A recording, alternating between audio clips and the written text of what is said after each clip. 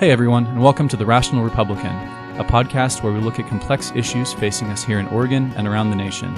We'll try to address issues from a nonpartisan perspective and view our disagreements through a lens of respect rather than tribalism or divisiveness. I'm James Ball. This is Nick Perlasky. Hey listeners, how we doing? Today's podcast is brought to you by ProLift Garage Doors. ProLift is your one-stop shop for residential and small commercial garage doors, from openers, springs, and rollers to full reinstalls. They offer same-day service on all garage door repairs with no extra charge for evenings or weekends. Serving the greater Portland metro area, call today and set up your free estimate at 503-558-6349 or at proliftdoors.com/Portland. Again, that's 503-558-6349 or proliftdoors.com/Portland. On this episode of the podcast, we are welcoming Lyndon Kearns. And Lyndon and I met at the ORP event a few weeks ago, and he is a delegate for the Klamath County Republicans. And kind of the way that we got to talking is regarding water rights. He mentioned what was going on out in Klamath County, and Nick and I both live in Portland. We're not really plugged into a lot of the issues that are affecting Eastern Oregon, especially, for farmers and irrigation and ranchers and those sorts of things. So I thought it'd be really fun to talk with Lyndon and kind of get a first-hand peek of what's going on over there and what the state is doing to help or hurt the situation, as the case may be. So Lyndon, welcome to the show. Well, thank you. Thanks. You want to just give a couple minutes to introduce yourself and what you do and how you got involved with politics? Well, like I say, my name's Lyndon Kearns. We've lived here in Klamath County since the late 1880s. Our family has. So, interesting sidebar. Where family they developed a lot of farmland. They drained water off of low country swamps and whatnot. And we did that here. They actually originally built Keno Dam to generate power to run the pumps to do that. So and where is that? Sorry, where is the dam? Keno Dam, it is west of us, about 5-6 miles in the Klamath River. Klamath River, and yeah. So it's not a power generation dam. It just it holds the water up. We have a contract with the state and actually is with Pacific Power that they maintain a certain level of river so we can access water for irrigation. So anyway, so that's kind of, and then like I said, we've been farming here since we've reapplied and we're certified as Century Farm. That's been probably 12, 13 years ago, and we've been here for longer than that. But the Century Farm's interesting is that it has to be in the same family, in the same property for over 100 years. Wow. So we've been here a long time, so we've got some history and some knowledge of how things used to work before people showed up here, and how current policies are not following, they talk about restoration, they're not following how things were, if that's what they're trying to do. And so anyway. Just out of curiosity, can I ask Lyndon, how did you get involved in the Republican Party? Our family's been Republicans forever. So, all right. I love it. But, I think part of it is when you're out here working the land and stuff, you look at the policies of different parties, and to vote Democratic means you're running around with blindfolds on, because their policies are absolutely 180 degrees opposite of what needs to be for land management. I'll put it that way. So no, it's, you get a very, I guess you'd say, a conservative tilt when you live out here and deal with things and see how things truly work, not how they work in some textbook. What do you guys farm out there? Well, we raise hay, cattle, and small grains, which is usually wheat, oats, or barley. We're high elevation. We're about 4,100 feet elevation here. So fact is, today it reached a high of 32 degrees. We had snow in the ground. So, and to be honest with you, we can get frost any month of the year. I remember quite a few years ago, we used to be able to raise sugar beets here, and then some whole other story, but it was in the late 90s.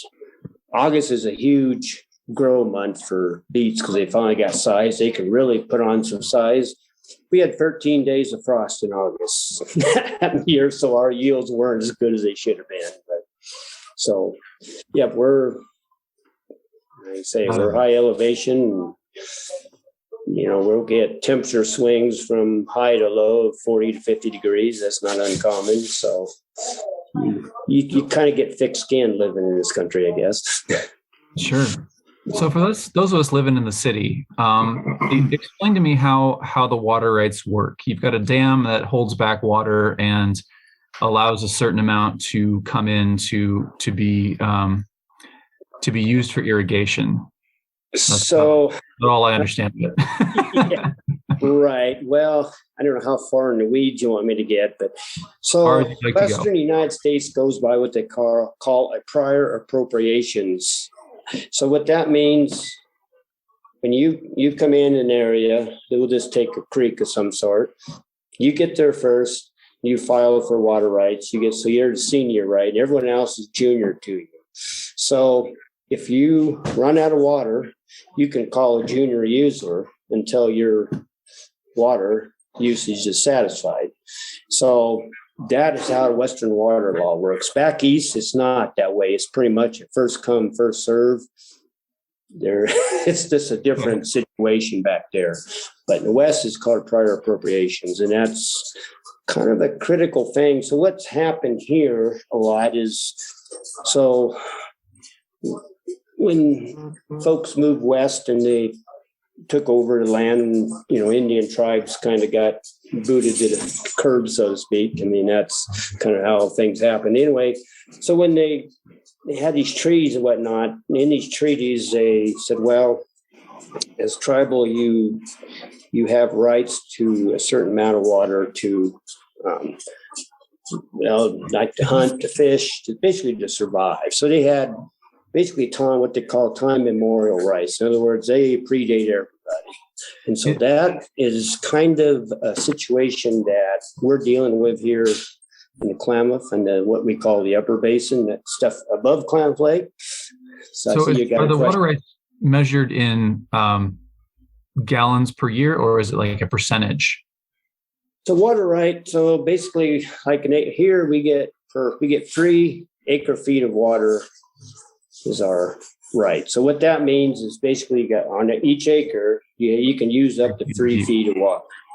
We don't generally usually, I think the most water intensive crops, according to the Tule Lake Experiment Station, was like 2.25 acre feet. So that would be like probably tomatoes, maybe onions, not tomatoes, potatoes, onions. Not sure. I don't think alfalfa uses quite that much. Small grains crop would use maybe an acre foot, maybe a little more. So it just kind of depends on the crop. Pastures, probably, they could use up to around acre feet. So generally we don't use as much water as are appropriated. So okay. But the Native American tribes have first rights at the water, first and foremost, because they were here first as part of the treaty. And then after that, it kind of flows down to farmers based on basically who got there first. Well, yes, who applied, who's been there earliest, who's applied, So the tribal water rights, so there's some distinction here. So tribal water rights is what they call an in-stream water right. They cannot take the water out of stream to use it for anything. So if they're making a call, it's based on maybe fish species. Usually that's what it's about, at least in this area. It's totally about fish species. They claim they need a certain amount of water for the fish to survive or flourish. And this is where science comes in, and in this case, total lack of it down here. So it's very complicated. I don't know how deep in the weeds you want me to get. Sure, we're pretty wonky podcast. Let's talk about it. Let's get deep. Okay. Well, I don't want your listeners' eyes to gloss over and pass out from boredom, but We'll try to throw some jokes in there. And yeah. Well, so in our basin, it's very complicated. It's one thing, we've got the Klamath tribes. They're up above Upper Klamath Lake. And then you have a federal project, and that's below Klamath Lake at basically south. And then it also, that federal project crosses into California and to Lake Basin, which is part of our whole project. But you got a state line there, which, again, Oregon has its water laws. California has a little different water laws. So it makes, froze a curb in there. And then the other issue we've got is we've got 3 tribes downstream. You got the Yurok, the Karuk, and the Hoopa. The Hoopa are primarily they're really not on the main stem of the Klamath. They're in the Trinity River, but the Karuk and the other one, they are on the mainstream. And so what they feel, and even though, again, I guess, they feel they need water for the salmon down there. Okay. So they want a lot of water for the salmon to flourish. But we've been doing this for 25 years, and the fish population is still decreasing. There's nothing that has been done has helped anything here. Mm-hmm. And so like a conversation today. Go ahead. Oh, I was just going to say, if I understand it correctly, so it's basically has become an environmental thing. So you have environmentalists who are saying we need a certain amount of water for salmon, for instance, and they're using the tribal water rights to say to basically force there to be enough water in the river to support those fish species. Is that about right? Well, somewhat. Okay. So what the problem with the tribes in California, which is downstream, when Oregon is going through the appropriations part, which they still are going water rights appropriations, they still haven't got that finished here. Lord only knows when that'll happen. But those tribes never applied for anything. So the state of Oregon does not recognize any water right from the tribes downstream. So how in the world can they have an impact on this? Well, it's, again, we got a NMFS, which is National Marine Fishery Service, who's a federal agency under the Department of Commerce. They are the ones that write up what they call the biological opinions, which say we've got to have a certain amount of water going downstream. And then on the other side, we got the Federal Fish and Wildlife Service saying we've got to have a certain amount of water kept in Upper Klamath Lake for the endangered suckerfish. So we're caught in the middle. Right. Again, I think the tribal aspect of it, you're right in the sense, I believe our environmentalists are using these tribes, whether they know it or just going along, I don't know. Mm-hmm. But the real issue is we're caught in the middle of the Endangered Species Act, and they've been doing the same thing for 25 years, and fish populations just keep nosediving. Last year, it was a terrible, terrible water year.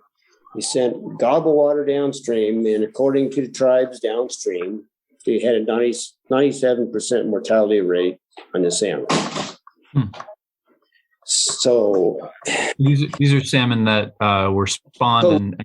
So these are coho salmon coming up, and then they spawn, and then the little ones going back out. That's the one they're saying 97%. And part of that, and this is where, again, when I talk about lousy science, so Upper Klamath Lake is, if you go back, look at it, it's what they consider a dying lake. It's filling up with sediment that's been doing this for thousands and thousands of years. Suckerfish is basically a bony mudfish that what I understand, if you eat them, they taste like eating mud. So they're not something people really want to eat. In fact, there's a lot of what I understand about the tribes they'd catch them and use them for fertilizer for growing something else. I mean, I'm sure they eat some of them too, but they've always flourished in the Upper Klamath Lake when it was kept low. I mean, it would get really low, and that's historically how it worked. It would get real low late in summer. They can survive in a mud puddle. I mean, these things are very resilient. So what's happened over the years, and this is where, again, predatory issues come into play. Have you heard of yellow perch and fathead minnows? No. Now, fishermen use them a lot for bait. Okay. Well, they get away and they procreate quite heavily. And what they like doing, this little tiny dinky suckerfish, you can hardly see them. They love eating those. So they just wipe them out. And I really believe keeping the water up in that lake, not going down, letting it, drain it down, is really making a situation that not only let these yellow perch and fathead minnows flourish, but it's also creating a more severe algae issue than what we used to have, because we keep more water in the lake rather than pulling that down. Like, again, the natural cycle of it is it fills up in the winter and then it goes down in the summer. Yeah. Okay. Yes, there was a reef on whatever Link River Dam, which is right there at Klamath Falls, is kind of northwest of Klamath Falls. It held the lake at a certain level. Sure. So when they built the dam, in order to access more water, they went in and they blew it down a couple 3 feet so the irrigation could access more water. But that also allowed nymphs to access more water for fish downstream, because now you can pull more out of the lake. So we got this issue of, we got to protect the suckers up here by keeping the lake full, but yet they want all this river water going downstream for coho salmon. Now, the thing you got to remember about our water, it's not cold water. It's very warm water. It's not good salmon water. Now, so when I talk about we've been here a long time, I understand how historically things worked. So when I talk about the Keno Dam, there used to be a big reef there that backed the water up. And before white man ever showed up, it flooded. Well, it was roughly, I think, over 90,000 acres of what they call the lower lake basin here. And that water was backed up from the Keno Reef, and it flooded. It was a neighbor right across the river from us. You can still see the piers where they took a ferry from there almost to Merrill, because that was all underwater. If you look at the evaporation rate of what was come from lower lake at that time, wetlands generally evaporates up to 5 acre feet per year. That's what you got the tules, the transvaporation from the plants, plus just open water evaporation. It works out pretty close to 5 acre feet. That's basically what the project used for water. Even we didn't use that much water now from different. Pretty substantial amount. It is, but that water never made it downstream. It was evaporated away. That's how it worked here for thousands of years, And now they come in, so the Bureau back in the early 1900s blew that reef out for Keno, so that again they could get more water and drain lower lake, and also they could get more water downstream. So I don't know if you're kind of seeing a picture of government action and what it's caused now, flipping to saying, nope, we got to do this, got to do that, but they're not following how things historically worked here. Yeah. Sorry, a lot to take in there. Yeah. So as people settled, so this was a cycle of evaporating stuff coming down. You've got government trying to keep the lake full and also keep it going downstream. Have we just had a very dry period, or what's different now than it was, maybe a couple decades ago, other than the government interfering? Is it? We've been in a dry cycle, but do you think if it started raining more, would the situation kind of resolve itself, or has something fundamentally changed? It would help. but the problem is, like I pointed out, we've been in a government drought for 25 years. What I mean by that is we have no, even in a wet year, we have no certainty of what kind of water deliveries the project will get. And because you're totally at the mercy of different agencies. Now, you'd asked a question earlier about how the state helps or hinders us. Mm-hmm. So the state of Oregon has a huge, one thing you got to remember is all water in the state of Oregon is the state of Oregon's water. It's not federal water, it's state of Oregon's water. So state, here's where it gets, this is where there's been actual legal cases about this. KID, which is Klamath Irrigation District, they're the main district that delivers water to all the other, well, not all, but several of the other districts. They sued and said that the Federal Bureau of Reclamation cannot use stored water for endangered species because the state does not recognize water use for endangered species. Okay, judge in Marion County said, yep, you're right. And they told Oregon Water Resource Department to regulate accordingly. They have not done it, and they still ain't doing it. I don't know what the recourse is there when you got, they just absolutely won't do it, period. So the federal government is using stored water for endangered. Yeah. They're not supposed to see, the state of Oregon does not recognize that. So they're not supposed to be using stored water. Is for one, it's for agricultural use. And you've got municipalities. And I think you also had like the refuges.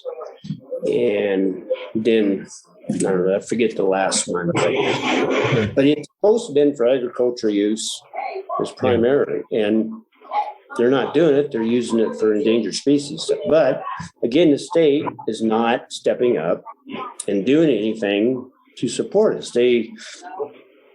I've always contended if we had a change in leadership at the state, is a change in governorship, we need to do something about our legislature. You need to get that more balanced.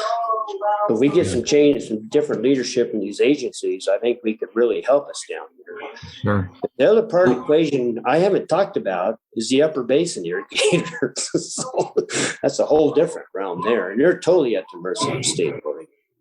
Lyndon, can I ask, is there anybody that in Salem that you guys have kind of tried to work with, or anybody who's put forward some ideas or some legislation that's particularly good, or so far as kind of they're just nobody stepping up on this? Well, the problem is with Republicans being, basically a non-entity. I don't know how you put, when you got 40% of the legislature, you have no power. We've tried to get some stuff done around groundwater and stuff, but they don't go anywhere. They're killed, and they don't even get if they get a hearing, we're lucky. I'll put it that way, but they never get out of committee.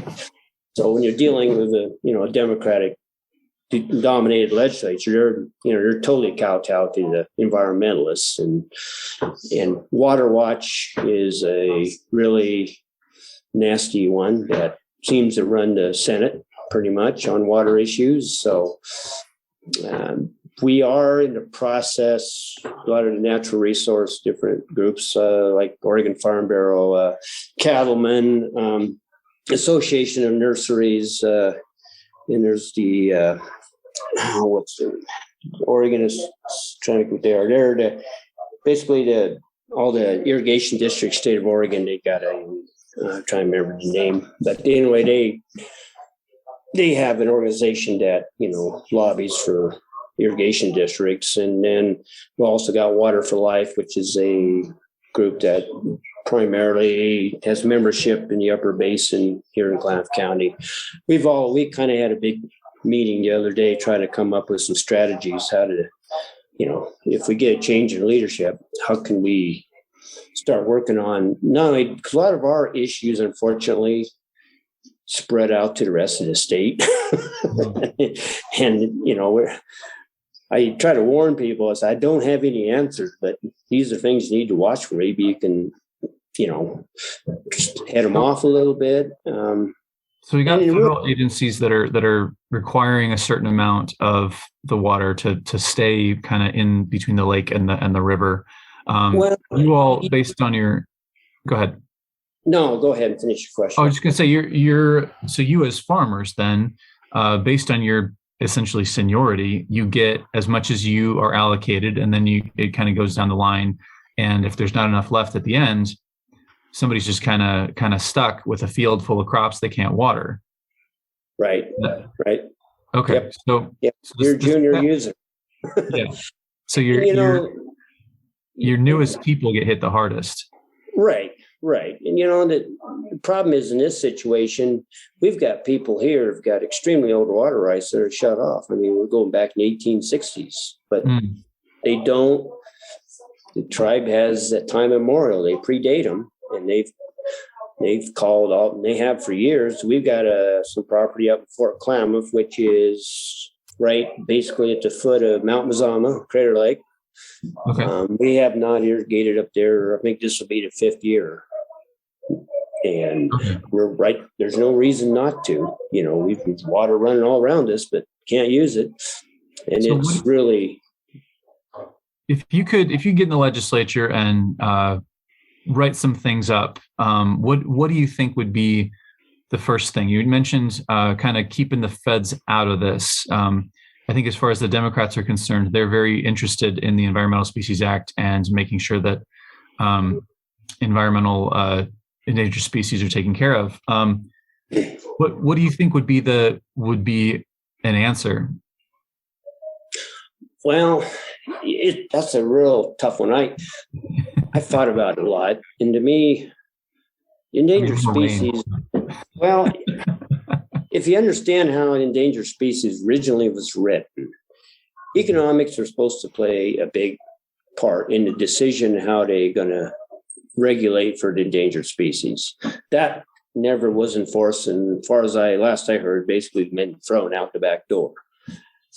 So what happens? So they come in like a community like ours, they regulate based on some biological opinion, which, to be honest with you, is crap science. They devastate the local communities. I mean, we had water shut off. First one we had some minor ones. First major one was in 2001. And there was so many small communities. There's stuff that never did recover from that. And now this would be, so in 2020, project delivered about 140,000 acre feet out of Upper Klamath Lake. Last year, 0. This year, I heard it was supposed to get 50,000 acre feet. It takes 30,000 acre feet to fill up the ditches. So that don't leave much. Right.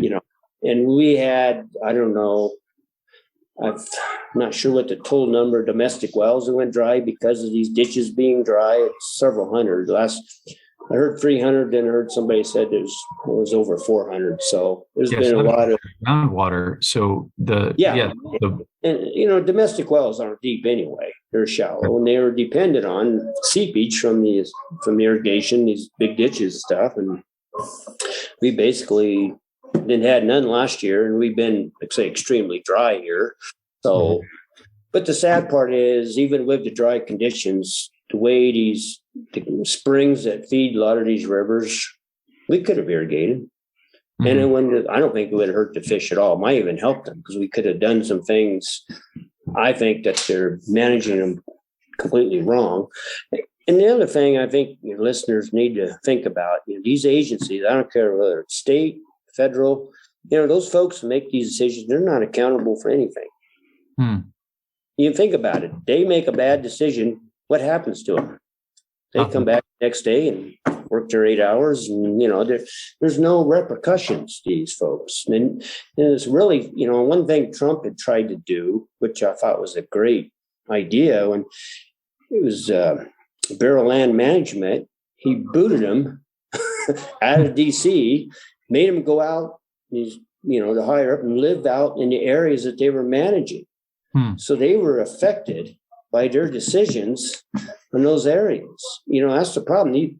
We got people making decisions here from DC or Sacramento. They don't matter. And the local Bureau people, they see what's going on, but there's nothing they can do. It's Yeah. even if they want to. I think, in a perfect world, you have representation. You have a legislator who lives out there who represents you in Salem. But when your representative and your senator are in the super minority, you probably don't get a whole lot of representation going on in Salem. No, Eastern Oregon has basically had zero representation for, I think the last time was in 2010, somewhere in there, Republicans actually had control of the legislature or something like that. So 2010 is and it's been getting worse and worse in the last, I think since Democrats really got these super majorities. It was starting before then. In reality, is Kate Brown, she was a horrible legislator when it came to natural resources. She's been an absolute disaster for governor in that regard, amongst a lot of others. But what are some of the kind of trickle down effects you mentioned? Just because if you all are not able to farm your crops, if your wells go dry, people are going to kind of abandon that area. I think a lot of, and we kind of mentioned a little bit of shelves being bare, of not being able to have food in the cities because we rely on farms to grow our food for us. I think nationwide or even worldwide, you're probably going to have enough food to get by, especially in wealthy countries. You just have to pay more for it. Are there any other kind of trickle down effects of you all's lives being made that much more difficult by these water situations? Well, yes. One thing, you got to remember, agriculture is a business. So you got land. A lot of us, we're fortunate we own most of it outright because we've been here so long, but a lot of folks don't. They got huge land payments. And if you look at the price of equipment, I'll tell you right now, for a basic hay operation, you're looking at all new equipment, you're looking at over $1 million investment for equipment that you hope you get 7 to 10 years out of if you're lucky. And then you got, you look at the price of fuel now, even red fuel, you're looking at over $4 a gallon. I was plowing about a month ago and I said, I'm burning about $40-45 an hour in fuel. Yeah. And that's not even a big tractor. There's some burn way more than that. And then it's not even talking about fertilizer, it's nitrogen. So most of your nitrogen comes from natural gas. And it has, I think, based from last year, I'm thinking it's tripled to quadrupled in price. A lot of other stuff's doubled. The only thing that hadn't gone up that we use some of this stuff is called sulfur. It's basically about the same price for whatever reason, but and then you got the other problem is availability of it. Some of the stuff's hard to even get. I'd ordered some equipment last year and it took months and months to get it. In fact, as I got it, wasn't even time to use, so I haven't even used it yet. There's a show on Amazon Prime, and I don't know if Nick may have watched it, but Jeremy Clarkson, who was one of the hosts of Top Gear, buys a farm in England and farms it for a year, and he's a goofball, and so it's funny, it's joking, but he spends an entire, I guess, spoiler alert for anyone who's not seen it, but he spends an entire year farming this huge multi-acre, I don't know, 100, 200 acre. That's probably small. I don't remember how big it is, but he has to hire somebody to plow it for him because it's big enough. It's a full-time job plowing this thing. And after a year of this, he made $130. That was his profit. Yep. After expenses. It really kind of gave me an appreciation. I knew it was hard work, but just the costs and the difficulty of farming is you say $1 million. I saw Nick cringe. That doesn't surprise me at all. Buying all those tractors and attachments and sprayers. Well, that's not including, like, if you're haying, you got to buy twine. Twine over doubled this year. That's what wraps the bales together, and fuel and your grease. And then the other problem is, equipment always breaks. Getting parts, sometimes that's a real issue now. No, it's the problem. People, I think most businesses, well, your costs go up, I just charge more for the product. Well, Right. we can't do that in ag. We're price takers. We're not price givers. So we're dependent on the market. Like we raise cattle, we're going to deliver 2 truckloads tomorrow morning, 7:00. And I don't know, after feeding them all winter, if we even paid for the price of hay that I could have sold elsewhere. I mean, the price of cattle is terrible. If you were buying the land of all the costs associated, they wouldn't pay. You couldn't make any money. Yeah. And 2 years ago, right after they closed everything down, we felt lucky. We had a couple loads of big cat. We felt lucky to even sell them, and the price was, it was about, I think, in the upper 90s, which it doesn't cover anything. That was horrible. And at the same time, I heard these big packers, and this is where government regulation really comes into play. They'll regulate the little guy out of business. So we only got 4 big packers left in this country. They package all your meat. One of them went down. Anyway, they were making up to $2,500 a carcass, and we were losing our ass on this thing. So you get this imbalance, but so much of what we got going on is, again, a lot of these big businesses, they get these regulations in. They do it purposely because it runs a little guy out of business. He can't afford to do all that. And, just an example, in the early 70s, there were 10,000 packing houses across the United States. Now there's 2,700. That's a bigger problem just in general of regulation. If you've got lawyers on staff and you can deal with these regulations as they come. And a lot of times, you're right, those lobbyists will then go to DC or Salem and push some of these regulations because they know that they can handle it and their smaller competition can't. And so it just makes it, and so what you in general, you will see a lot more consolidation, a lot more big business. And so while Democrats on one hand are, talking about the evils of big corporations, on the other, they are basically making them the only ones who are able to compete by all this regulation that they shove down people's throats. It's really interesting. But Lyndon, we are coming about to the end of the podcast. And so one of the things we like to do before we let our guests go is ask the question, who is your favorite Republican? Well, I was always a big Ronald Reagan fan, and I really admired many of the things that Donald Trump did. I do think he got taken to the cleaners on this COVID stuff, but I would say right now, Ron DeSantis would be I hope he, in fact, as I was reading the thing, they're pretty sure he'll run in 24. Even if he don't win a nomination, because his governorship comes up in 26, to stay relevant, he's got to run. Sure. And if you look what Florida's doing, I've always kind of laughed. And another of my favorites is Kristi Noem of South Dakota. And I thought, man, if we could just engineer a trade, we could just trade governors straight across, man, she kept that state open, that whole thing, and stuff they've been doing there. And you look at that and you just, that's, I guess one thing I encourage your listeners to do is look at some of these red states and what they're doing, their governors are doing, their legislators, and, they're flourishing. And we got a real mess here. One thing in the meeting the other day that was really discouraging, Tom Byler, he is the head of the Water Resource Department.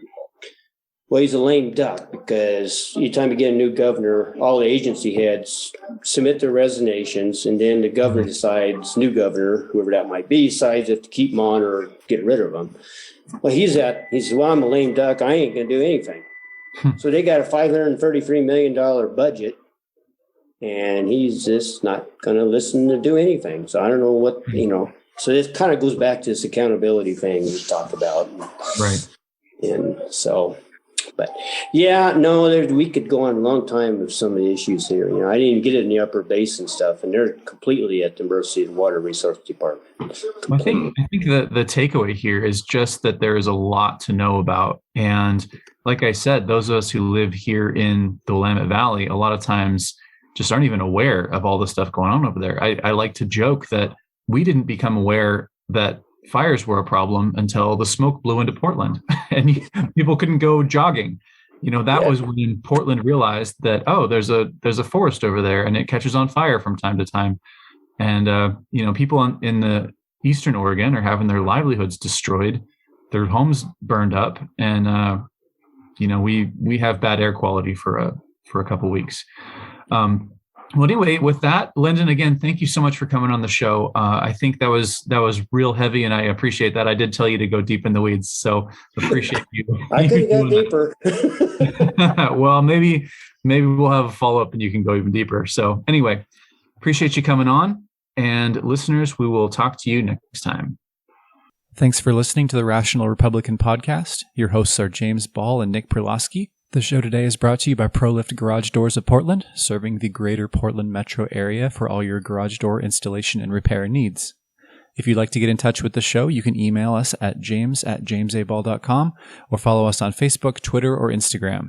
You can find our episodes at jamesaball.com, Apple Podcasts, Google Play, or wherever you find your podcasts.